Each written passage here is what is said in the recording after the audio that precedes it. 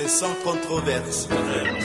Personne ne pourra m'empêcher de louer mon Dieu, car il est tout pour moi.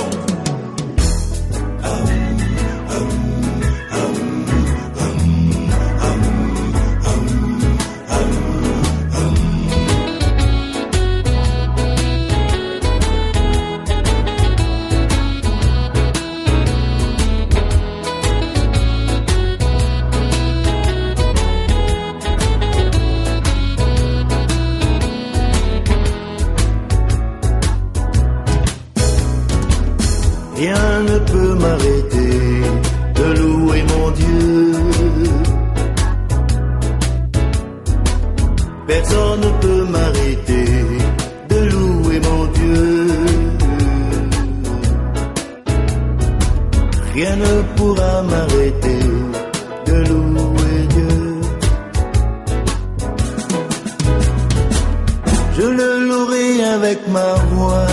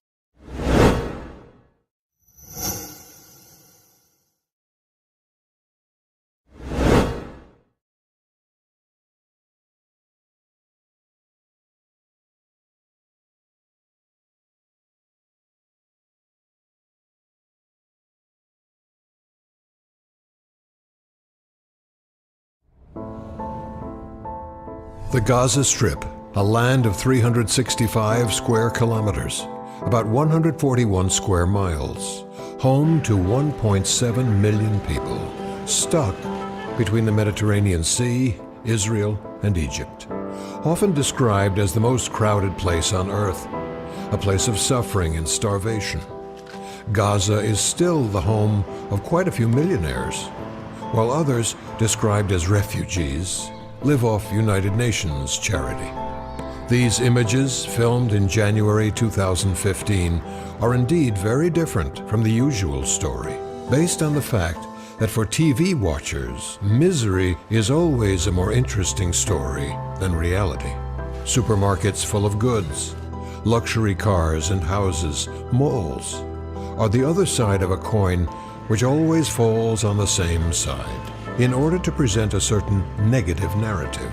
Yet it would be a lack of consideration and humanity, nor to say an insult to the suffering of Palestinians living in Gaza, to understate what they have been enduring the last decade.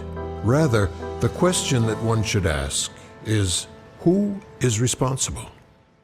In 1948, as a response to the partition plan voted at the United Nations, which was to divide this remaining part of the region of Palestine into two countries, surrounding Arab nations tried to invade the newly reborn State of Israel, leading to what will be remembered as the War of Independence by one side and the Nakba, the catastrophe, by the other. To the surprise of the entire world, Israel repelled the invading armies, while Egypt conquered Gaza and Jordan occupied the West Bank and East Jerusalem. 2 decades later, in the aftermath of the 1967 conflict, also known as the 6 Days War, the two areas and the whole Sinai Peninsula were conquered by Israel. Israel, which had till then been defined as an occupier within its own border by the PLO and other terror organizations, became de facto an occupier after Arab countries rejected its proposal to return those territories in exchange for a lasting peace. If you present the occupation as the cause, then Palestinian actions can be excused. So even if you have a terror attack in Israel, the reader is led to believe that were there no occupation, there would have been no terror attack. Thus, indirectly, the terror attack is actually Israel's fault because of its policies. In 2005, Ariel Sharon's government ordered the unilateral withdrawal from Gush Katif, the Jewish settlements within the Gaza Strip, with a population of over 9,000 people, and the destruction of the settlement buildings. The move brought a new hope to the region. Was it the beginning of a peace era? Was Gaza free from its Jews, in other words, free from occupation, going to become a new Singapore? A model for future cooperation between two cultures, two religions, two nations?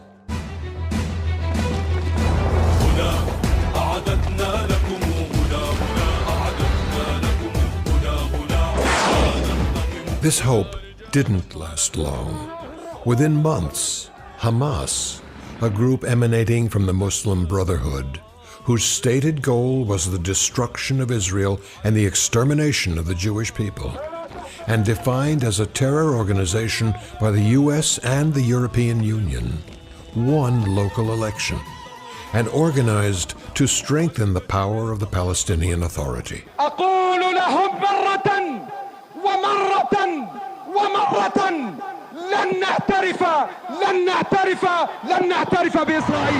Immediately after its victory, Hamas conducted a purge. Hundreds died. Many more were sent to prison. Within hours, the terror organization was ruling Gaza. أنا انتقلت من غزة لرام الله عشان عسبة الانقلاب اللي صار في غزة على السلطة الوطنية. هناك صار الانقلاب على السلطة في غزة وتم من حماس عجبت على الناس هناك، قطعت اجريهم، وفي الجار اخذوه قطعوا له ايديه وقطعوا له اجريه، وكانوا يرموا الناس من فوق الاسطوح، كان عجبوا كثير. ما دام ما في حدا يردها، ايه نعم رايحه تضل في الاستمرار والقتل والتقطيع الايادي. نعم صحيح.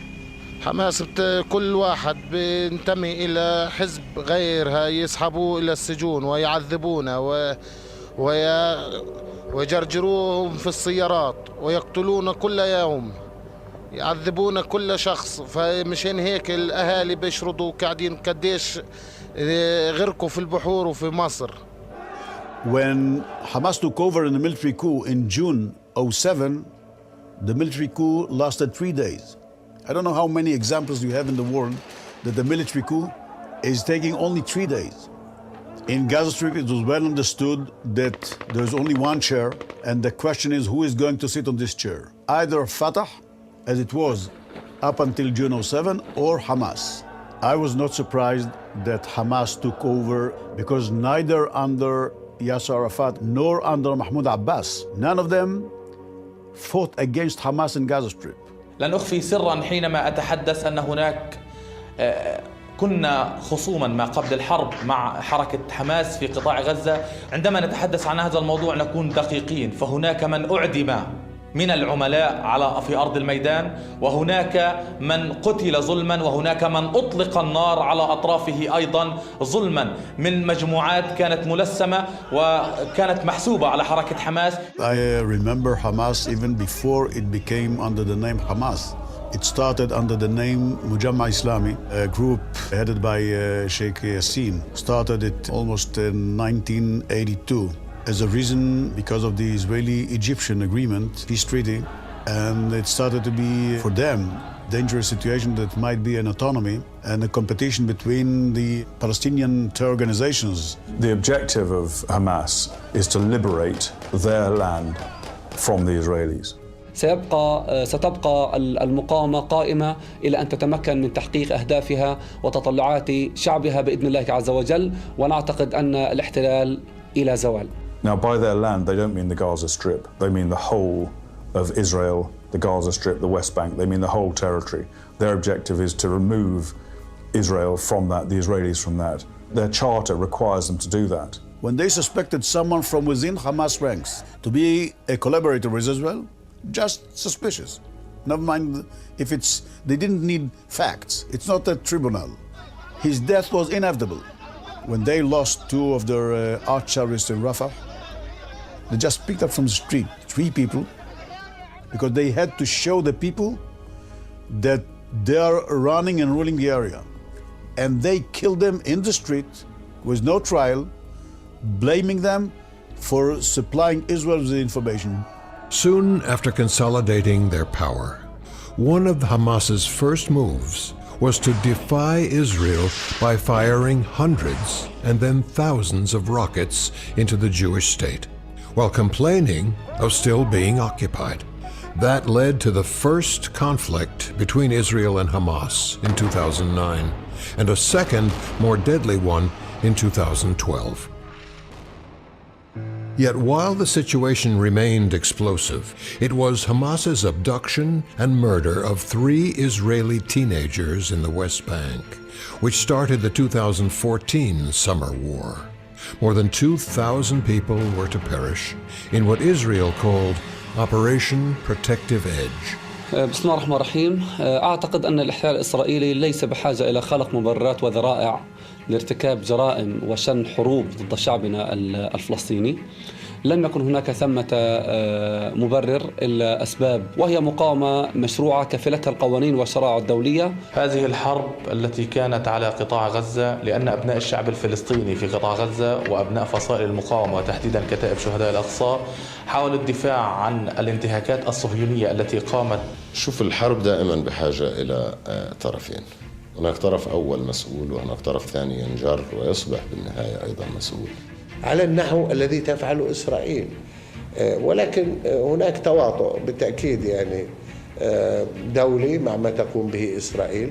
وفي الحقيقة كيف بدأت إسرائيل العدوان بذريعة اختطاف 3 مستوطنين في الضفة الغربية. يعني واضح أن المسؤول الفعلي خلال فترة الحرب هو حركة حماس. إسرائيل قامت بالاعتداء على نفق كان يتواجد به 7 من عناصر حركة حماس، استشهدوا على الفور. كانت حركة حماس في اليوم الثاني تؤبنهم، وكان هناك ضغط داخلي للرد. انجرت حركة حماس فأطلقت ما يعادل 100 صاروخ في الساعة الواحدة. كان هذا إعلان حرب بالنسبة لإسرائيل. كتائب شهداء الأقصى فلسطين لواء الشهيد نضال العمودي كانت أحد الأذرع وأحد الفصائل المقاتلة التي لقنت العدو درسا تلو الدرس في هذه المعركة، فكان لنا شرف مقتل أول ضابط أمن في معبر كرم أبو سالم بعد أن تم استهداف المعبر كرم أبو سالم من قبل مقاتلين وتحديدا منطقة إسناد كرم أبو سالم. وبالتالي حركة حماس إنه لم تقرأ بدقة ما هو أمامها وما هو عدوها ونوعية عدوها، ولم تسارع باستقبال بالتقاط المبادرة المصرية ووفرت فرصة. كان بدأ كأنه حركة حماس وحدها تقود المعركة، وهذا ما لاحظناه. You cannot start it with 2014. You have to go back to the years before, because first of all, Hamas is a terror organization. Without terror activities, this fish or shark is going to die. طبعا هذا الحزام تقريبا 5 كيلو جرام.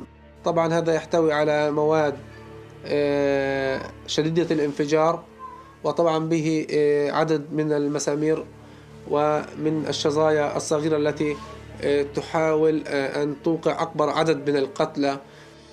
So from time to time they need to carry out terror activities, mainly if you are supported, sponsored, backed, guided by the state of terror number 1 in the world, Iran. The Hamas trying in Gaza to implement the Iranian agenda in terms to disturb not only the security of Israel, but the security of the whole region here.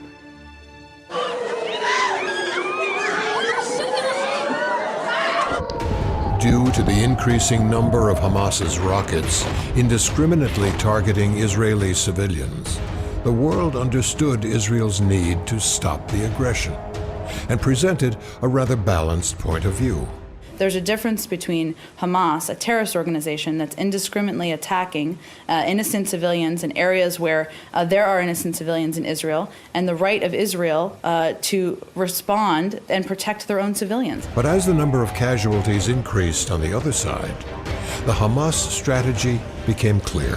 Very difficult for Hamas to inflict serious damage on Israel, which leaves them with one way of doing it, which is propaganda, which basically means turning the world against Israel. يعني دورنا كان دور إعلامي. استطعنا أن نغطي الساحة الإعلامية وأن نكون بين أبناء شعبنا الفلسطيني وبين وسائل الإعلام المختلفة، وأن ننقل صورة المشهد وحقيقة الأمر الجاري أثناء الحرب. وأعتقد أن الشعب الفلسطيني استطاع، كما أنه انتصر عسكريا وسياسيا، انتصر أيضا إعلاميا.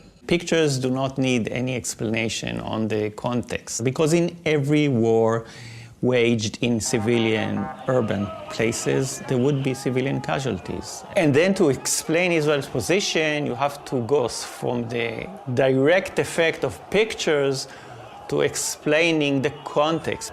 When I see the pictures from Gaza, I'm shocked and I'm sad. يعني زي ما انتم شايفين على عدسة التلفزيون، يعني هي كانت يعني دمار شامل في المنطقة هذه. يعني كل دار أخذت لها نصيبها من القذائف متعددة الأنواع، وغير الصواريخ الF-16 هذه اللي كانت تدمر كل البيت تنزله. يعني It's a very compelling story to have a side that is strong and increasingly irrational, and another side that, you know, all they want is a small state. What adds additional punch is the fact that the victimizers in this case are people who have existed in the Western mind as victims. So there's a kind of pleasure that a lot of people take in seeing Jews portrayed as victimizers, because in many ways that erases kind of the deep sense of guilt that many people in the West have about Jews. الحدث الأكثر يعني أكثر حقيقة حساسية كان هو يوم مذبحة الشجاعية. أنا كنت موجود في ذاك المكان، كان عندنا سيارتين إسعاف.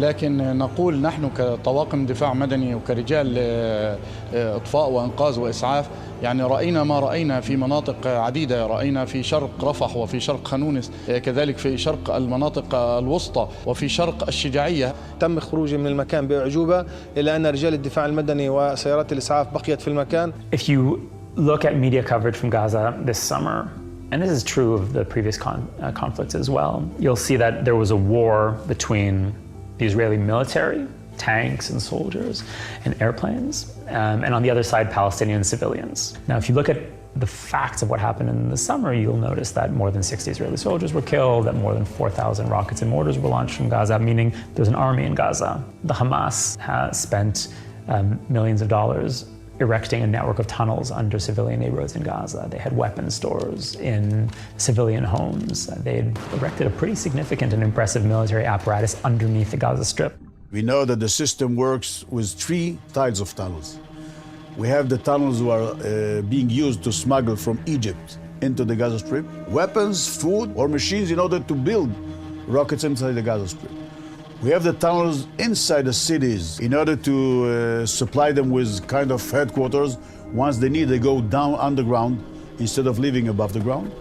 And there's a third type of tunnels, which is the offensive tunnels. Even if you want to cover Hamas actions, even if you want photographs of Hamas fighters, you won't be able to get them because Hamas controls all press coverage in Gaza. They all have, either explicitly or implicitly, a deal with Hamas about what they can and cannot cover. They give their readers the impression that they're getting the whole picture from Gaza.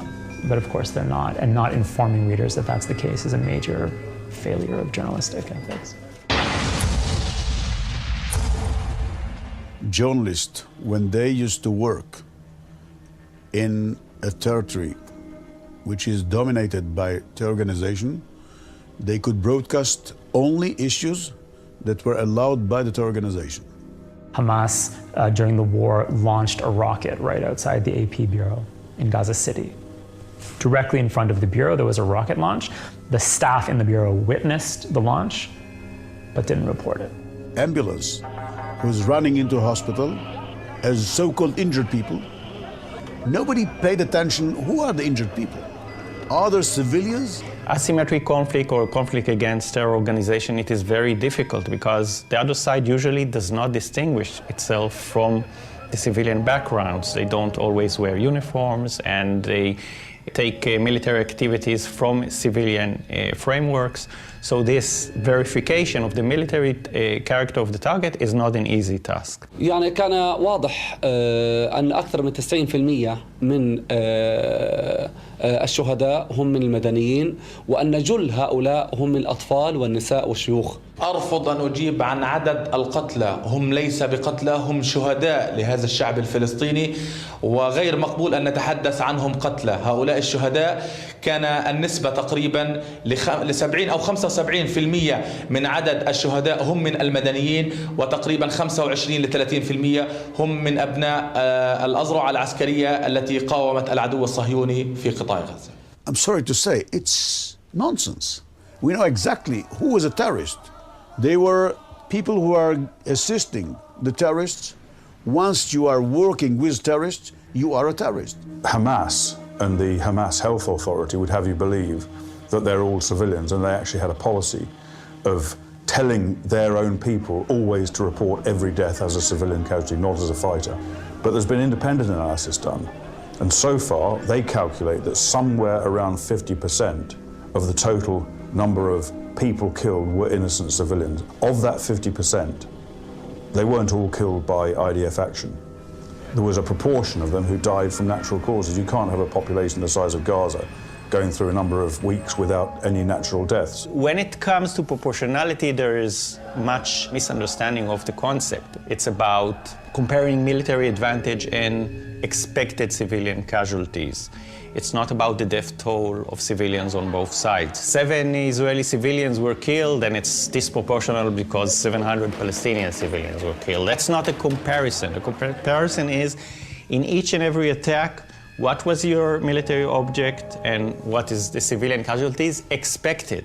ثم أيضا نوعية الناس اللي استشهدوا معظمهم ليسوا عسكريين وإنما مدنيين، بقدر ما المهم هو إنه في 51 يوم مات فوق ال 560 طفل استشهدوا.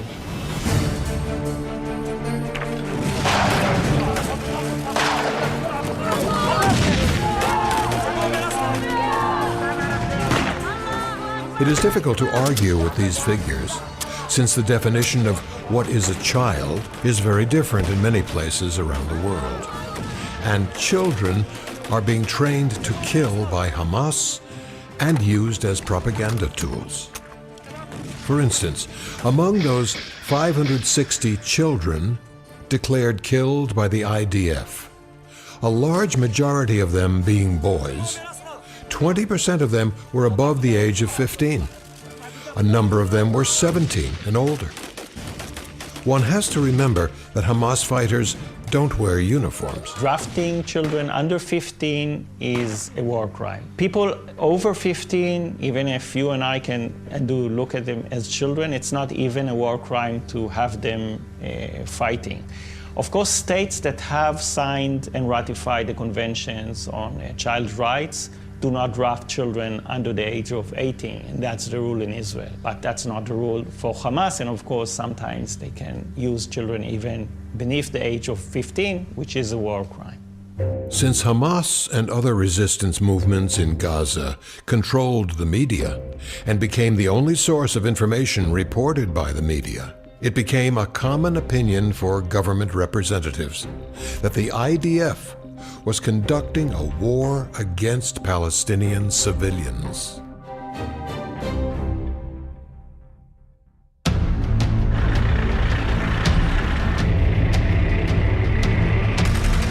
I went up north to visit my family. I was there for 2 days, and then I got the call to come back to base. It escalated quickly, so we got all of our equipment ready, and we went in that night. Hadar was the third year of his army as an officer, and he just finished commanding basic training in Givati and was about to switch to another job. Tzal was very busy with looking for the 3 boys in the West Bank, and as a direct consequence, after the Hamas started shooting missiles to Israel, Israel and Tzal specifically prepared to this war. And Hadar, as part of his regiment, allocated to the south of Israel, so it was clear. We are a squadron who make visual intelligence. Before the conflict, the protective edge, we had a situation when children was kidnapped, and one of our main job was to find them. And we needed to find those people, to find those children, and to find the people who took them. So from this situation till the end of the conflict, I was constantly here from morning to night. The rules of engagement in Gaza, which is a very densely populated area, are very strict, probably the strictest you can ask yourself to be. We have a book that every soldier has to carry on them that has the ethics of the Israeli army, and it talks about taking care of the civilians of the other side, even at the cost of putting danger to yourself. The IDF, in the techniques they use, they make sure that everything they do is designed to absolutely minimize the possibility their soldiers will kill innocent civilians.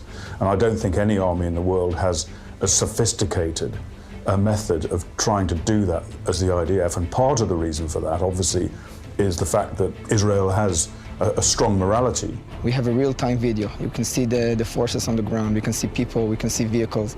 Before any attack that made by the Air Force, we came to the target. We could see if there's any civilians around, if there are children, if there are adults, and we're supposed to say that this target is clear.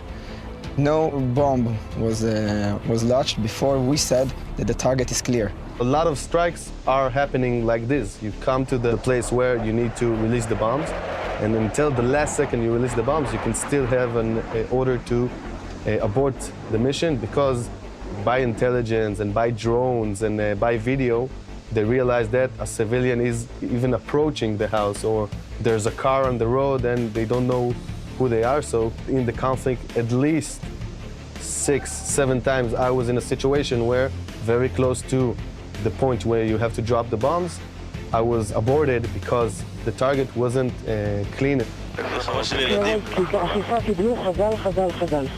There was a ship that were trying to cross the border towards Israel.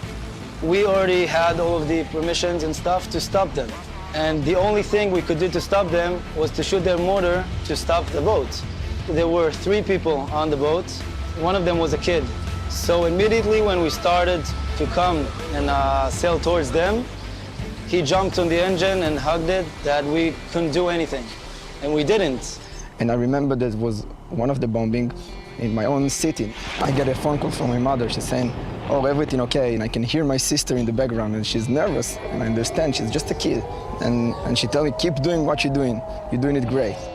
And she doesn't even know that my main job was to protect Palestinian civilians, more to protect my own family.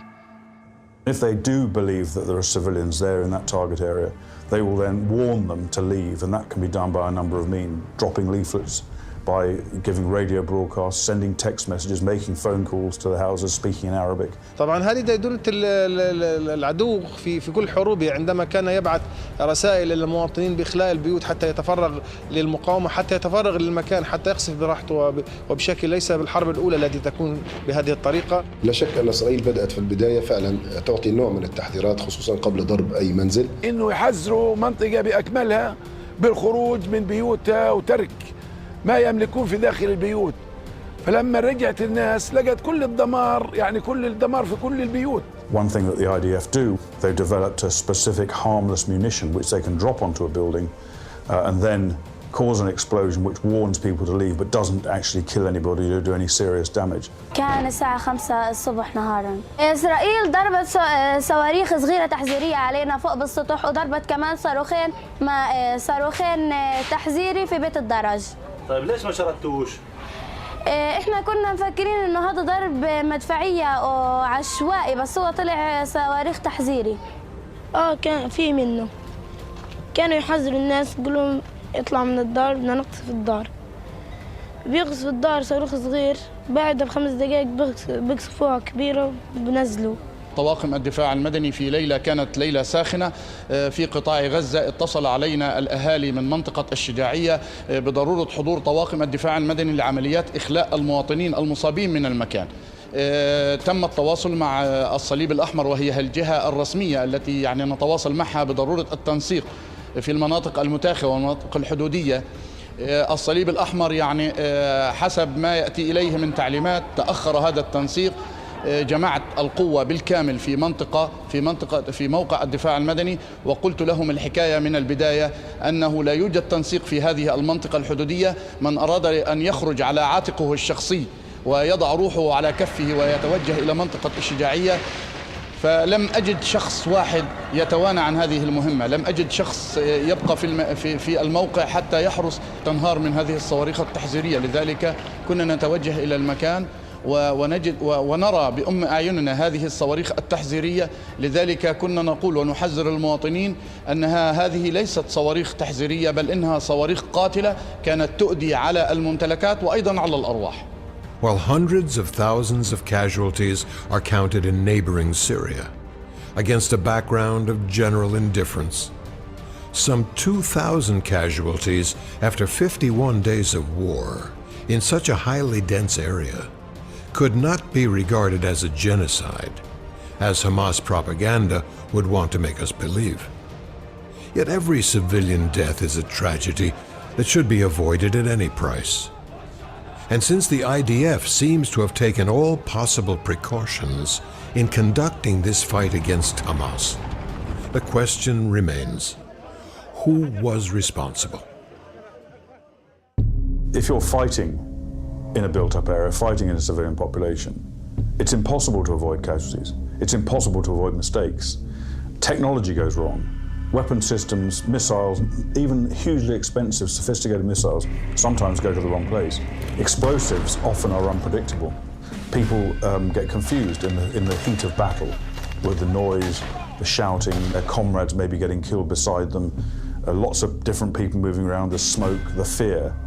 That confuses people and it causes people to make mistakes. It's not reasonable to assume that Hamas shoots thousands of rockets which are very inaccurate. Some of them we know landed in the Gaza Strip. من يعمل يخطئ. ربما تكون هناك صواريخ انفجرت على المنصات. الله أكبر!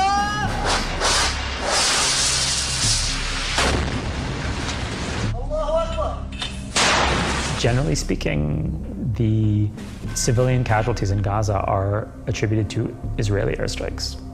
So it's not Hamas's fault for putting rockets in the basement, and it's not Hamas's fault for basing its military strategy on hiding behind civilians. You go into a house and it's in one room there'll be an AK-47, and the next room will be a children's bed, and the next room will be a pile of grenades next to like maybe a crib, or it's all there's no clear lines when you go in. It's a family's house, and it's also where they fight out of. We had a rocket launcher. We saw a launch, and as we get zoom in, we can see the people who did it run, and he's running into a bunch of kids, a bunch of people. It's quite easy to differentiate between the signature of a Hamas rocket or missile, and one fired by Israel. It doesn't really take a ballistics expert to do that. Israeli munitions that detonate are very much more powerful. They leave a specific, sometimes a very large signature of significant destruction.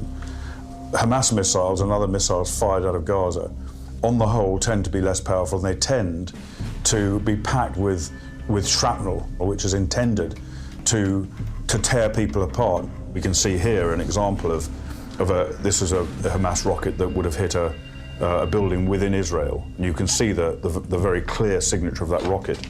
These two pictures show, first of all, a school in Gaza that was hit by a Hamas rocket, and then we've got another location in Gaza that was hit by a Hamas rocket as well. You can see from those two pictures that the signature is pretty much the same.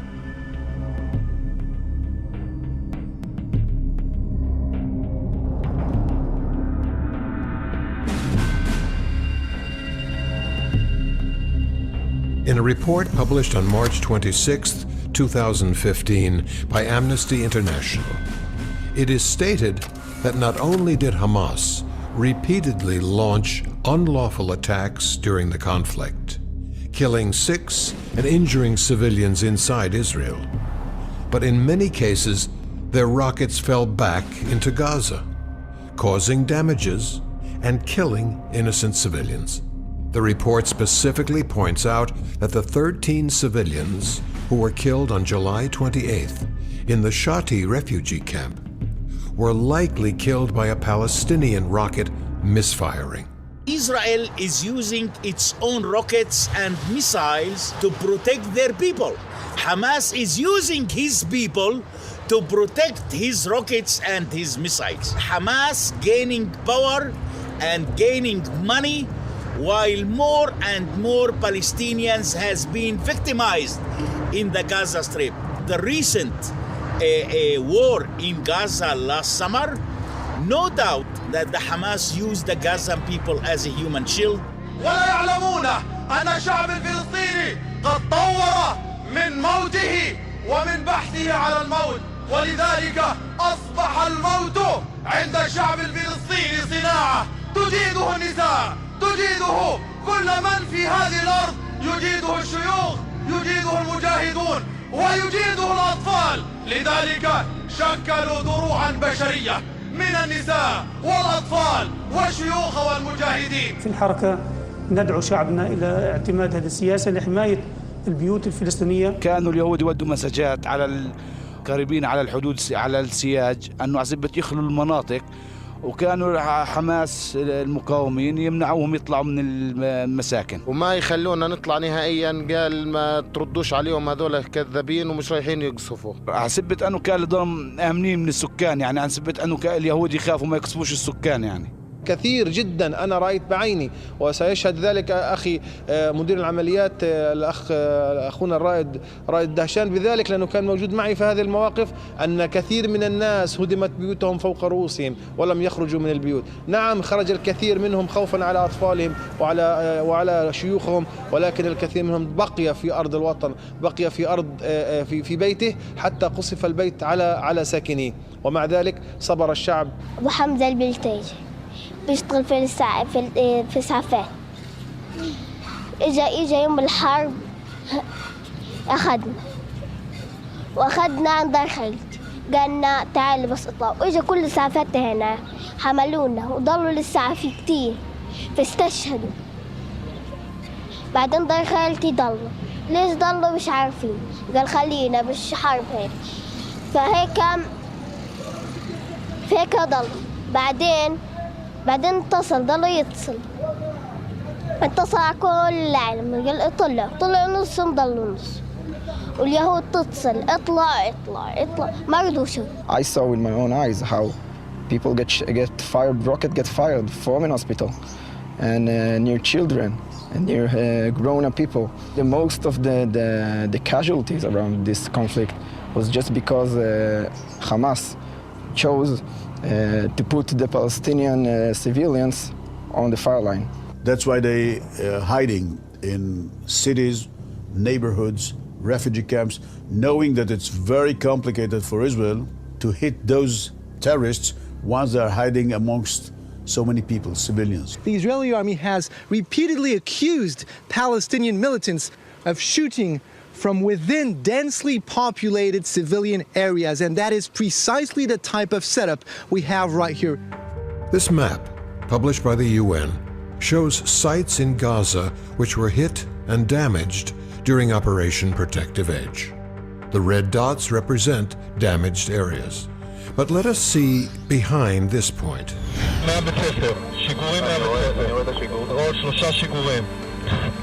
Behind this other point. המקום הזה, שזה המכללה החקלאית, אנחנו מצאנו פה 3 קני שיגור של טילי גראד שמגיעים לטווח בינוני. What happened behind this one? What is the story behind this? This rocket was discharged following the IDF strike on an underground facility, proving that rocket launchers were concealed there. These are just a few examples. Here is a map of Shujaiya, a neighborhood of Gaza City. From these points, rockets were fired at Israel. Behind these points, terrorists were hiding. These are the tunnels that terrorists dug underground. These were military positions. This shows how Hamas turned Shujaiya into a military fortress.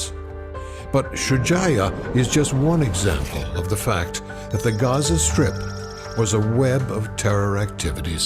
It still is today.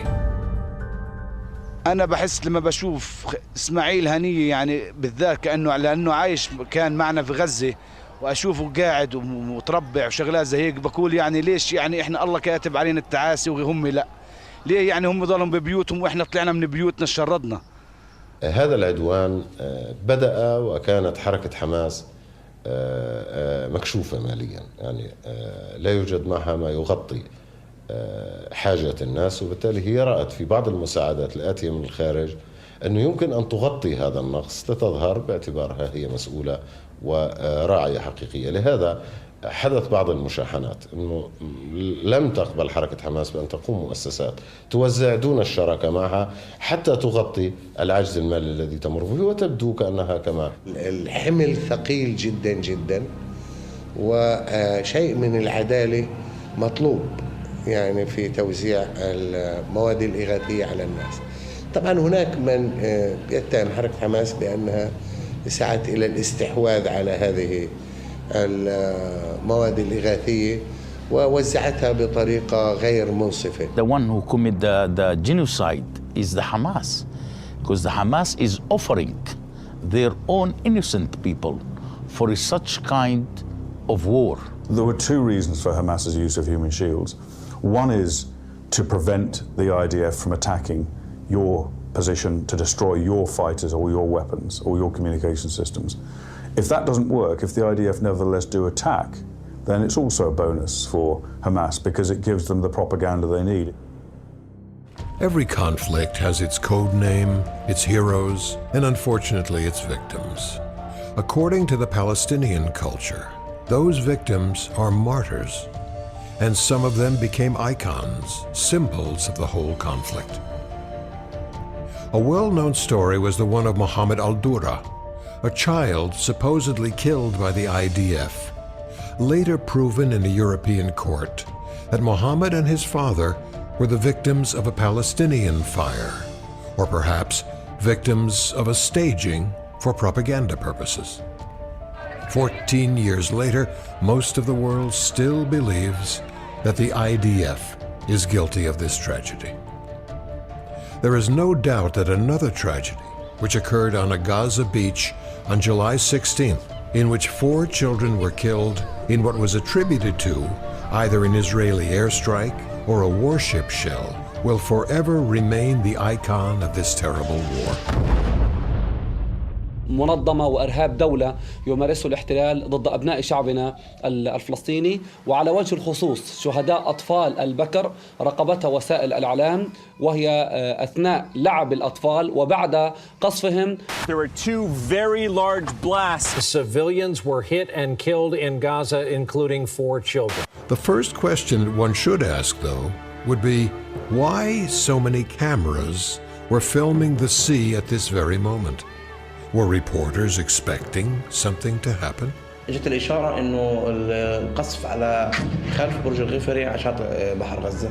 اول ما خطر في بالنا الاستهداف انه يكون لقوارب الصيادين، يكون الاستهداف لمجموعات، يعني ما يكونش الاستهداف انه اطفال. الكونتينر بارجه واللي هنا الله العليم زنانه، لانه الصوت هذا في زي في صوت زي هيك، فاهم علي؟ زي تنفيسه. هم استشهد واحد في الكونتينر، استشهد 3 وانا بحكي معهم، في واحد اثنين منهم تصاوبوا. فلما توجهنا لشاطئ البحر عند الميناء فوجدنا شيء مفزع، وجدنا شيء مش طبيعي.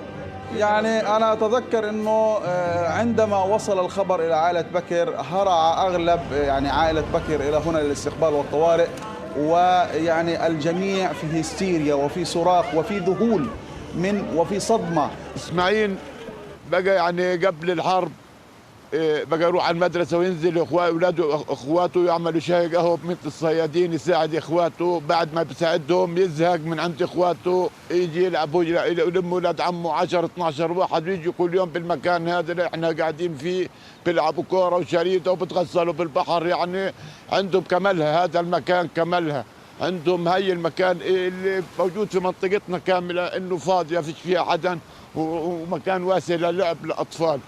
أخذوه مني. بشتغلوا حاجة؟ بشتغلوا كتير، كل لحظة بشتغلوا، كل يوم باجي في المكان اللي استشهد فيه بستنى أشلاقه تطلع من البحر. كان الناس خايفين يصلوا شاطئ بحر غزة، إنه بصفة إنه في كان زورق مقابل الشط، فالناس خايفة تروح، الناس المدنيين خوف إنه يضربوا قذيفة مرة ثانية. Despite the level of technology it uses to protect civilians, it is indeed possible that the IDF made a tragic mistake.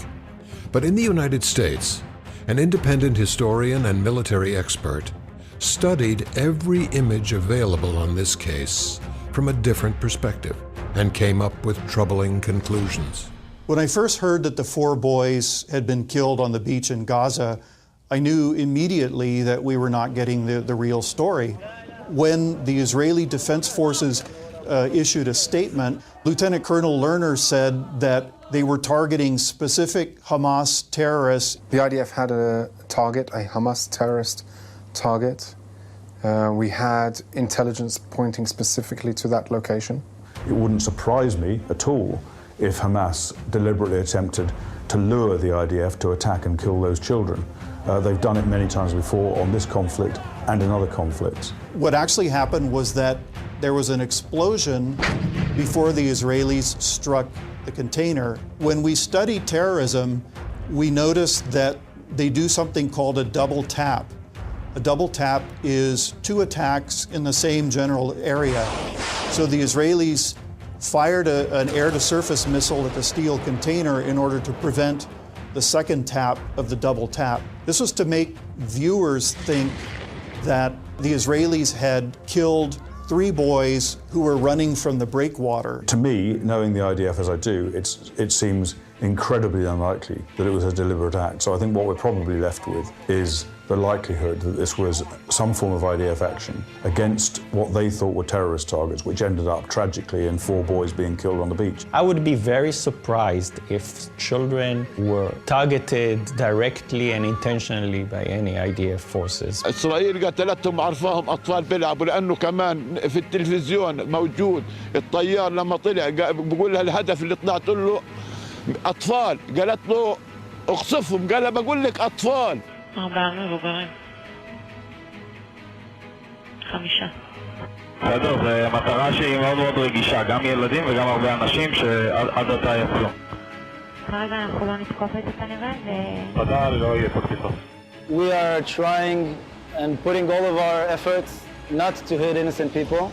We have very advanced machines that are very, very accurate to prevent of hitting citizens and children and innocent people. I believe that the bodies of the children were placed in the sand later because when the reporters first arrived at the breakwater, filmed the area where the bodies were later found, and there's no bodies in the sand. It's not possible that the reporters could have run past those 3 bodies and not seen them.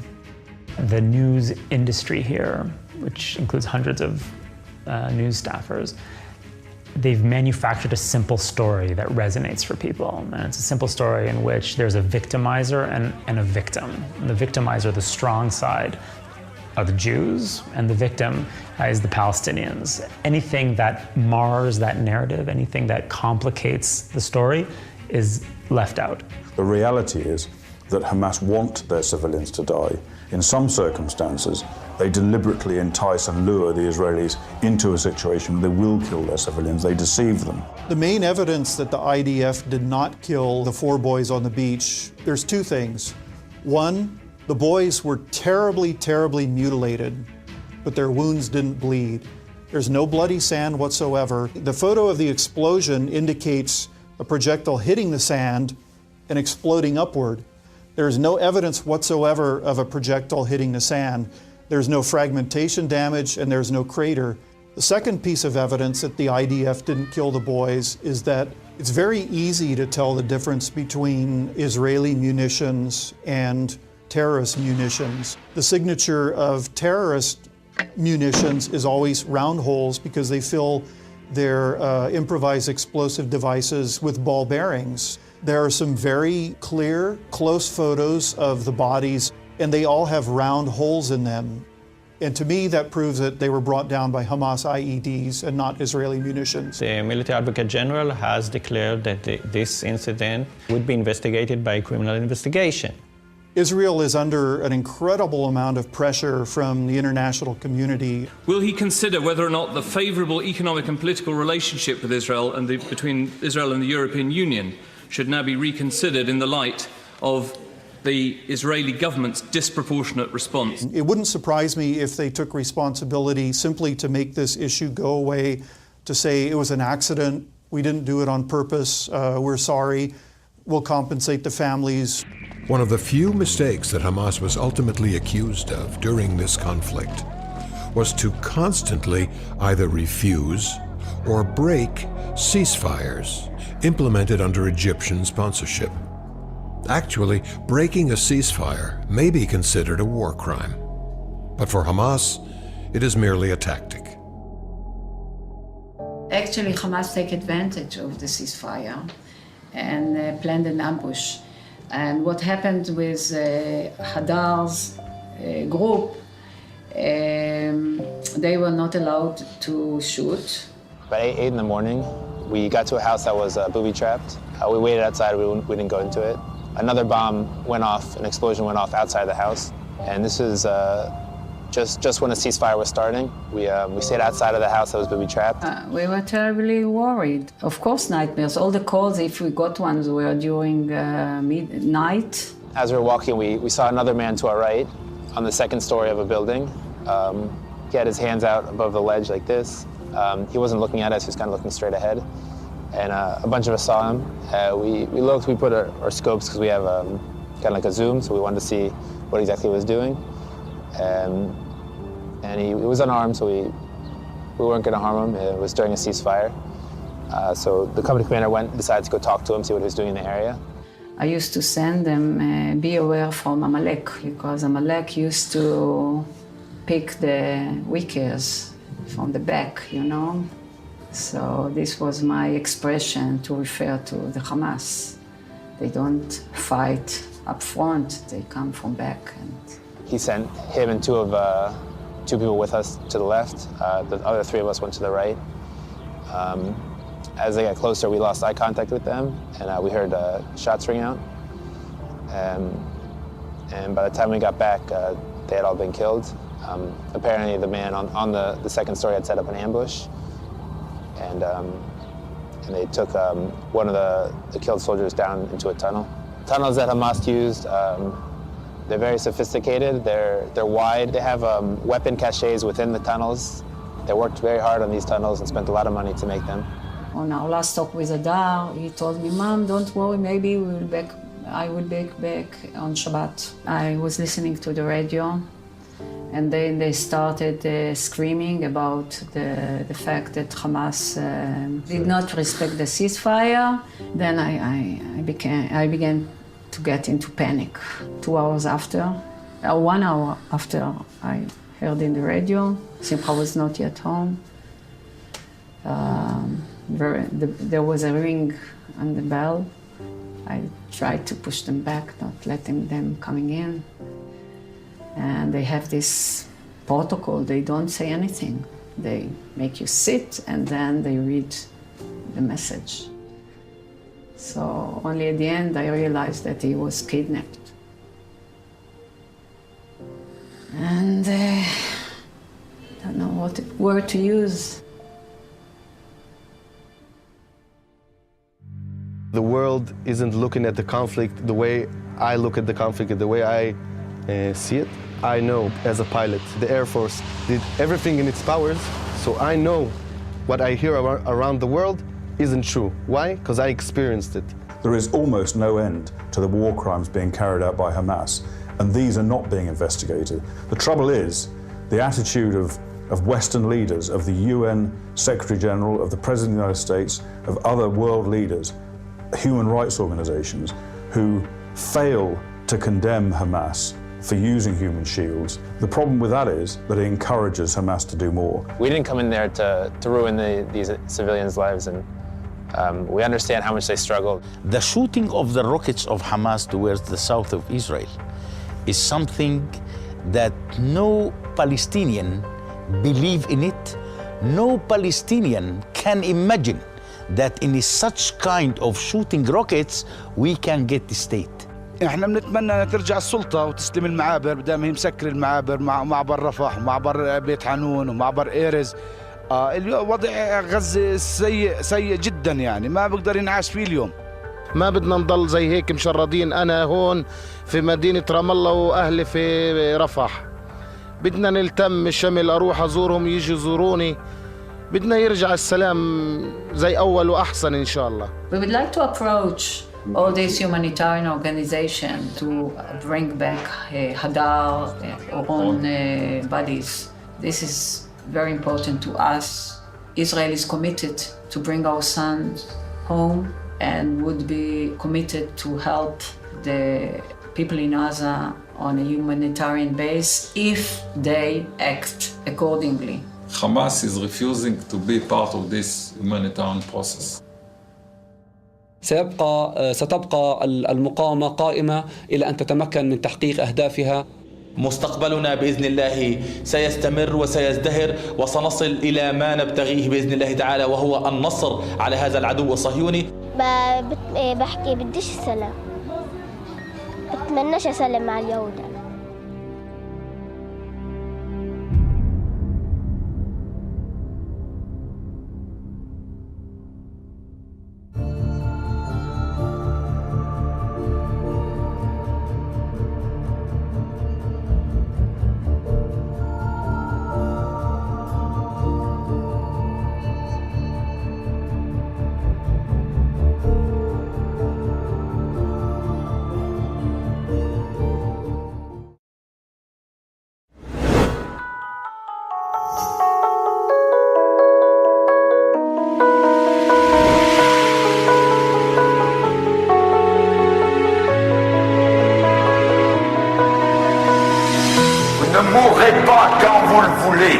Vous allez mourir car Dieu va venir vous chercher, et que vous le vouliez ou non, vous allez passer dans l'éternité. Dans 50 ans d'ici, la plupart d'entre nous serons dans l'au-delà. Question, où seras-tu? Il n'y a que deux éventualités, ciel, enfer. Les deux existent.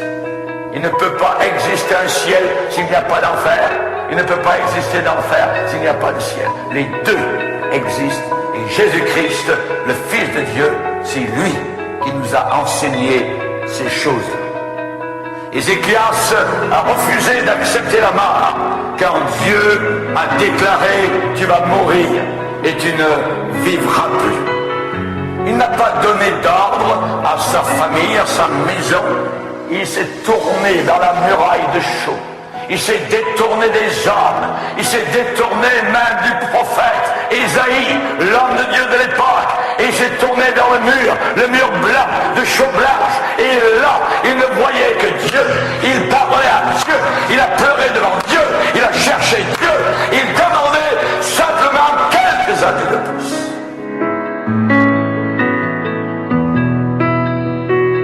Chers amis, la question a été posée par le pasteur de Jérusalem, le pasteur Jacques. Et Jacques a dit, qu'est-ce que votre vie? Qu'est-ce que votre vie? Et il répond par le Saint-Esprit. Votre vie est comme une vapeur qui paraît pour un peu de temps et qui ensuite disparaît. Nous paraissons quelques années et ensuite nous disparaissons. Mais nous continuons à vivre. Et nous avons besoin de nous préparer.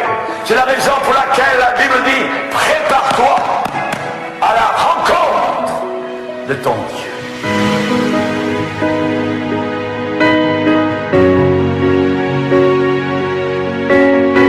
Prépare-toi. Le battement de ton cœur, boum, boum, boum. Un jour va faire boum, boum, boum. Il n'y aura plus de vie. Vous serez passé dans l'au-delà, dans l'éternité. Prépare-toi à la rencontre de ton Dieu.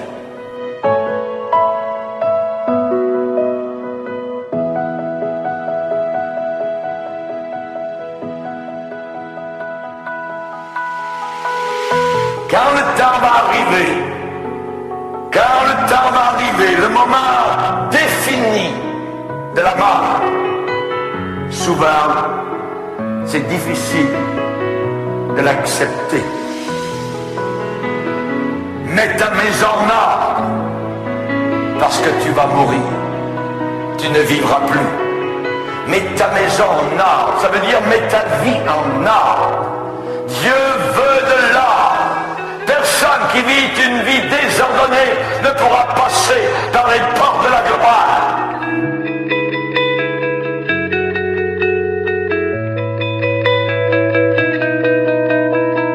Il faut avoir une vie en ordre. Mais nous sommes désordonnés, nous sommes sales, nous sommes impurs. Nous avons besoin de quelqu'un d'autre. Et c'est la raison pour laquelle Dieu nous a envoyé la bouée de sauvetage, appelée Jésus-Christ, le seul et unique sauveur. On a besoin d'un sauveur qui nous sauve de nos péchés. Nous avons besoin de ce sauveur. Personne ne peut se présenter devant Dieu avec sa religion personnelle, avec ses bonnes œuvres. Les anges au ciel vont barrer les portes du ciel. Mais Seigneur, j'ai fait ceci, j'ai donné de l'argent à l'église, j'ai été bon, j'ai payé mes impôts. Non, la porte du ciel sera barrée devant vous, parce qu'il vous faut un sauveur avec vous pour entrer là-haut dans la gloire.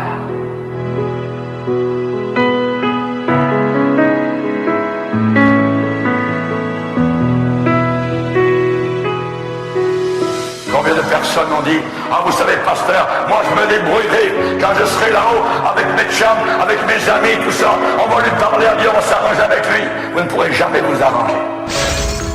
Il faut s'arranger sur la terre. C'est sur la terre que Dieu dit, mets ta maison en ordre, parce que tu vas mourir. Du berceau au tombeau, nous devons avoir des moments de sobriété, où le Saint-Esprit vient nous envahir, nous montrer notre besoin personnel d'un sauveur.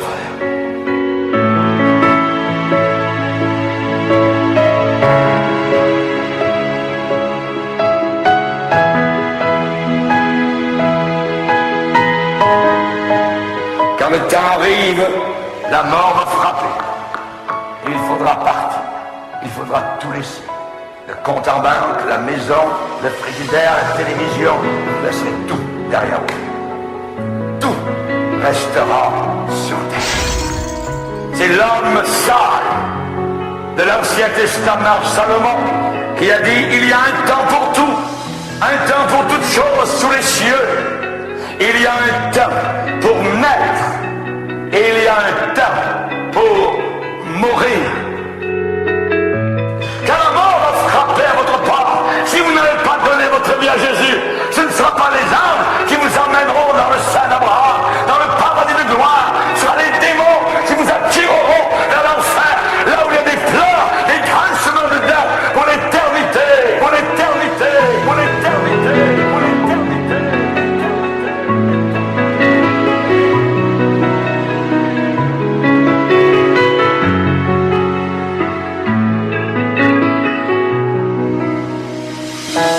Nous voulons tenir à la vie, mais un jour il faut partir.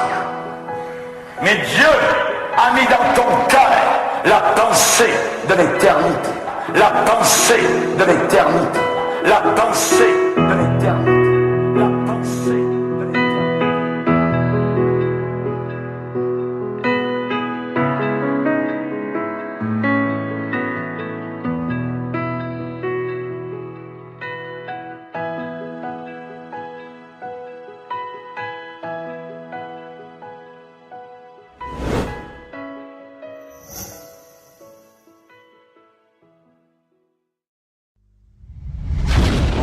Je le bénirai, mes lèvres le loueront, mon âme se glorifiera en Dieu. En tout temps je le bénirai, mes lèvres le loueront, mon âme se glorifiera en Dieu. Les affligés l'entendront, ils bondiront de joie, d'un même cœur élevons le Seigneur. Oh, glorifions son nom ensemble à jamais. Quand j'ai crié vers lui, il a chassé toutes mes frayeurs. Oh, glorifions son nom ensemble à jamais, que ma louange élève le Seigneur. Car l'ange de l'Éternel est près de tous les siens pour les sauver et les délivrer du mal.